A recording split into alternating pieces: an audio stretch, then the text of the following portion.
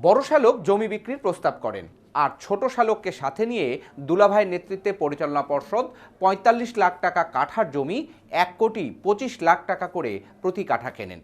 এভাবে ২০.৬২ কাঠা জমি কিনে হাতিয়ে নেওয়া হয়েছে। অর্থাৎ এই শালা দুলাভাইয়ের নেতৃত্বে যে চক্রটি ছিল তারা প্রোগ্রেসিভ লাইফ থেকে বের করে নিয়ে গেছে শুধু এই জমি বাবদই ২০ কোটি টাকা। এছাড়াও আরও কিছু জমি কেনা এবং প্লট কেনা, ফ্ল্যাট কেনার নাম করে এবং কোম্পানি থেকে বিভিন্নভাবে তারা ১১৪ কোটি টাকা হাতিয়ে নিয়ে গিয়েছেন। পরিচালনা পর্ষদ অর্থাৎ প্রোগ্রেসিভ লাইফ ইন্স্যুরেন্সের শালা দুলাভাই চক্রের মাধ্যমে কিভাবে ৪৫ লাখ টাকা কাঠার জমি ১,২৫,০০,০০০ টাকা কাঠা হয়ে গেল সেই গল্পটা একটু আপনাদেরকে মনে করিয়ে দিতে চাই। ইস্টার্ন হাউজিং লিমিটেডের পক্ষে তখনকার কর্মকর্তা নাজিম নওয়াজ চৌধুরী তিনি প্রোগ্রেসিভ লাইফ ইন্স্যুরেন্সের কাছে আফতাবনগরে ৩টি প্লট ২০ কাঠার মোট ২০.৬২ কাঠা প্রায় ২১ কাঠা জমি বিক্রির একটা প্রস্তাব করেন। সেখানে তিনি জমির দাম হিসাবে বলেন ১,২৫,০০,০০০ টাকা কাঠা। কোনো ধরনের যাচাই বাছাই না করে প্রোগ্রেসিভ লাইফ ইন্স্যুরেন্স রকেট গতিতে পরদিনই তারা একটা সাবজেক্ট কমিটি করে দেয়। সাবজেক্ট কমিটি মানে জিনিসটা কেনবার ক্ষেত্রে ৪-৫ জনকে দিয়ে একটা দায়িত্ব দিয়ে কমিটি করে ফেলায় যাচাই বাছাই করার জন্য। ওই কমিটি ১১ই জুলাই বিকেল ৫টার সময় একটা মিটিংয়ে বসলেন। কে বসলেন? ওই যে জমি বিক্রির যে প্রস্তাবক নাজিম নওয়াজ চৌধুরী ইস্টার্ন হাউজিংয়ের পক্ষ থেকে, তারই ছোট ভাই ওই ৪ জনের একজন নাজিম তাজিক চৌধুরী এই কমিটির সদস্য। আরেকজন আছেন নাসির আলী শাহ, তিনি এই যে নাজিম নওয়াজ আর নওয়াজ দুই ভাই জমি বিক্রির প্রস্তাবক তারই দুলাভাই। আরেকজন ছিলেন এম.এ. মালেক এবং কোম্পানির তখনকার যে ব্যবস্থাপনা পরিচালক তিনি হচ্ছেন এম.এ. করিম। তাহলে ৪ জন জমির দাম, কাগজপত্র সমস্ত কিছু ঠিকঠাক খতিয়ে দেখার যে সিদ্ধান্ত নেবেন তিনি হচ্ছে এই ৪ জনের ২ জনই হচ্ছেন শালা দুলাভাই এবং জমি বিক্রির যে প্রস্তাব নিয়ে এসছেন তিনি আরেক শালা। অর্থাৎ ২ শালা এবং দুলাভাই মিলেই কিন্তু তারা এই সিদ্ধান্তটা করে ফেললেন। ভালো কথা, এখানেও হয়তো খুব বেশি আপত্তি ছিল না, কিন্তু আপত্তি হলো পরদিন পরিচালনা পর্ষদের আবার বিকেলবেলায় বোর্ড মিটিং হলো। একটা জমি কেনার ক্ষেত্রে কোম্পানিকে অনেক কাগজপত্র দেখতে হয়, তাহলে রকেট গতিতে আগের দিন প্রস্তাব হলো, পরের দিন কমিটি হলো বিকেল ৫টায়, তারপর দিনই প্রস্তাব লিখে ফেলা হয়ে গেল রাতের মধ্যে এবং পরদিন বিকেলবেলা সেটা বোর্ডে উপস্থাপন করা হলো। কটায়? ৫:৩০টায় বোর্ড মিটিং বসলো প্রোগ্রেসিভ লাইফ ইন্স্যুরেন্স ২০১১ সালের ১২ই জুলাই। তারা বসে কি করলেন? তারা বসে বললেন আমরা এটা অনুমোদন করে দিলাম। মিটিং শেষ হলো কয়টায়? মিটিং শেষ হলো সন্ধ্যা ৭টায়। কিন্তু আমরা বোর্ড মিটিংয়ের যে মাইনটস দেখছি এবং টাকা পাঠানোর যে চেকের যে বা নোট সেখানে দেখছি ১১-১২ তারিখেই টাকাটা পাঠানোর জন্য বলে দেওয়া হলো এবং তারা পরদিন সকালবেলায় ৭ কোটি টাকা তারা ইস্টার্ন হাউজিংকে দিয়ে দিল। প্রশ্ন হচ্ছে, বোর্ড মিটিং ৫:৩০টায় শুরু হলো, সেটা শেষ হলো ৭টায়, তাহলে ওই দিন আপনি কিভাবে নোট উত্থাপন করলেন? অর্থাৎ নোটটা অনুমোদন, তবে কি সিদ্ধান্ত হওয়ার আগেই টাকা দিয়ে দিল? উত্তরটা হচ্ছে হ্যাঁ। ওই যে বললাম শালা দুলাভাই চক্রের সাথে পরিচালনা পর্ষদের আরও কয়েকজন সদস্য মিলে তারা সিদ্ধান্ত হওয়ার আগেই টাকা দিয়ে দিল এবং এভাবে পর্যায়ক্রমে দ্রুত গতিতে টাকা দিয়ে ৪৫ লাখ টাকা কাঠার জমি ১,২৫,০০,০০০ টাকা কাঠায় কিনে তারা ২০ কোটি টাকা এখান থেকে হাতিয়ে নিল। এখানেই শেষ নয়, তারা বলছি সেই লুটেরই একটি শালা দুলাভাই চক্র এবং তাদের সঙ্গে তৎকালীন ব্যবস্থাপনা পরিচালক এম.এ. করিম, যিনি এখনও এই দুর্নীতি কাণ্ডের সাথে যুক্ত থেকেও বহাল তবিয়তে আছেন পরিচালনা পর্ষদে। এখানেই গল্পটা শেষ নয়।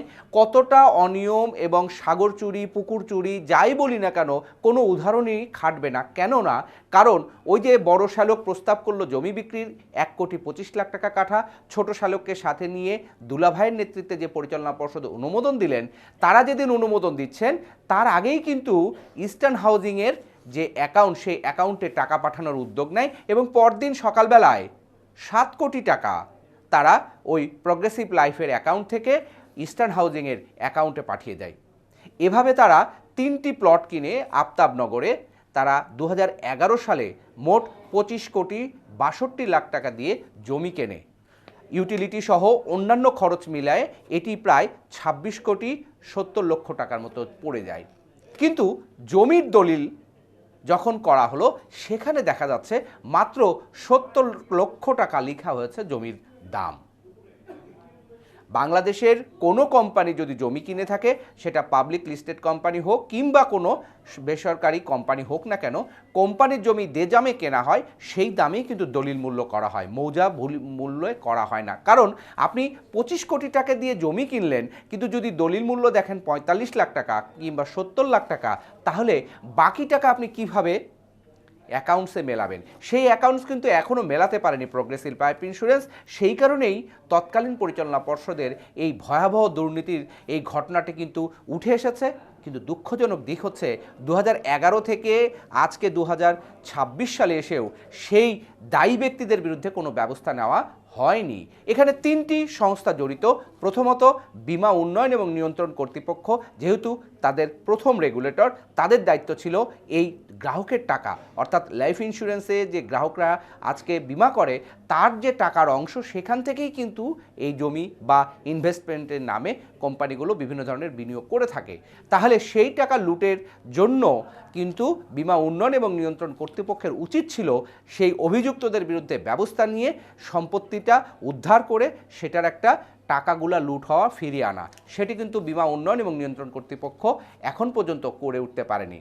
আরেকটি বড় সংস্থা দুর্নীতি দমন কমিশন, তাদের দায়িত্ব ছিল এই যে লুট হয়ে যাওয়া, অর্থাৎ মানি লন্ডারিং, পরিষ্কারভাবে যে কোম্পানি থেকে যে টাকা নিয়ে যাওয়া হয়েছে সেই টাকার জমি তারা কেনেনি। কারণ আফতাবনগরে এখনও কোনো প্লটের দাম 2011 সালে যেটা কেনা হয়েছে 1,25,00,000 টাকা কাঠা, 15 বছরের মাথাতে এসেও কিন্তু কোনো প্লটের দাম 1,25,00,000 টাকা কাঠা হয়নি। তাহলে কি এমন বিবেচনা করে সেই দিন পরিচালনা পর্ষদে যারা ছিলেন তারা কিনলেন এই জমি 1,25,00,000 টাকা কাঠা করে? কারা ছিলেন সেই কমিটিতে, বলবো সেই গল্প। তার আগে দুদকের কথা বলি। দুদক বারবার চিঠি দিয়েছে, কিন্তু চিঠির কোনো উত্তর দেয়নি। উল্টো দুদক কোনো ব্যবস্থা না নিয়ে দুদকে আবেদন করেছে সেই অভিযুক্ত পরিচালনা পর্ষদের একজন, যে তাদের জন্য এই বিষয়টি আর তদন্ত না করা হয় এবং তাদেরকে যেন দায় মুক্তি দেওয়া হয়। এই হচ্ছে গেল 15 বছরে আমাদের দুর্নীতির বা আজকে অনিয়ম, গ্রাহকের টাকা লুটপাটের বিরুদ্ধে ব্যবস্থা নেওয়ার নজির। আরও একটি সংস্থা আছে যাদেরও দায়িত্ব ছিল, তারাও কোনো ব্যবস্থা নেয়নি, সেটি হচ্ছে সিকিউরিটিজ অ্যান্ড এক্সচেঞ্জ কমিশন। কারণ প্রগ্রেসিভ লাইফ ইন্স্যুরেন্স কোম্পানিটি পুঁজিবাজারে তালিকাভুক্ত। পুঁজিবাজারে তালিকাভুক্ত হলে সেখানে কিন্তু একটা রেগুলেটর হিসাবে সিকিউরিটিজ অ্যান্ড এক্সচেঞ্জ কমিশন, তাদের দায়িত্ব ছিল। তারাও কমিটি করেছে, তদন্ত করেছে, দুদক যেমন করেছিল, আইডিআর যেমন তদন্ত কমিটি করেছিল, তারাও কোনো ব্যবস্থা নেয়নি। সবচেয়ে দুঃখের বিষয়, মহামান্য আদালত থেকে বলা হয়েছিল তাদের বিরুদ্ধে ব্যবস্থা নেওয়ার জন্য, কিন্তু সেটাও হয়নি। শেষ পর্যন্ত আমাদের যে সিআইডি, তারা একটা তদন্ত করেছে এবং তার ভিত্তিতে তারা কিছু সুপারিশ করে কয়েকজনের নামে অভিযুক্ত হিসাবে চিহ্নিত করেছে, কিন্তু সেটাও পূর্ণাঙ্গ নয়। সেখানেও কিছু ঘাটতি আছে। কারণ যেভাবে লোপাট হয়েছে আরও অধিকতর তদন্ত করা দরকার ছিল বলে মনে করি। কারণ যারা টাকাটা নিলেন, ওই যে 25,70,00,000 টাকা দিয়ে আমি জমি কিনলাম, কিন্তু জমির দলিল মূল্য কিভাবে কোম্পানির পক্ষ থেকে তারা 70 লক্ষ টাকা দেখালো, সেটা কিন্তু ইস্টার্ন হাউজিংকেও প্রশ্ন করা উচিত ছিল।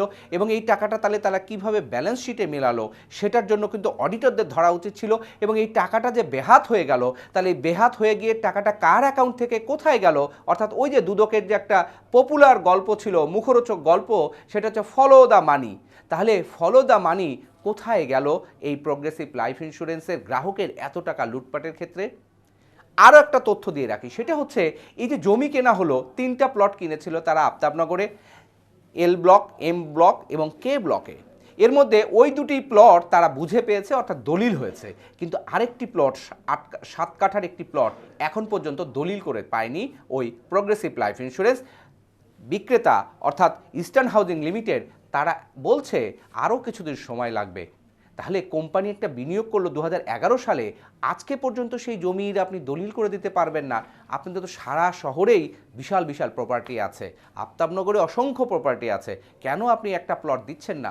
তবে কি কোনো রহস্য আছে এখানে?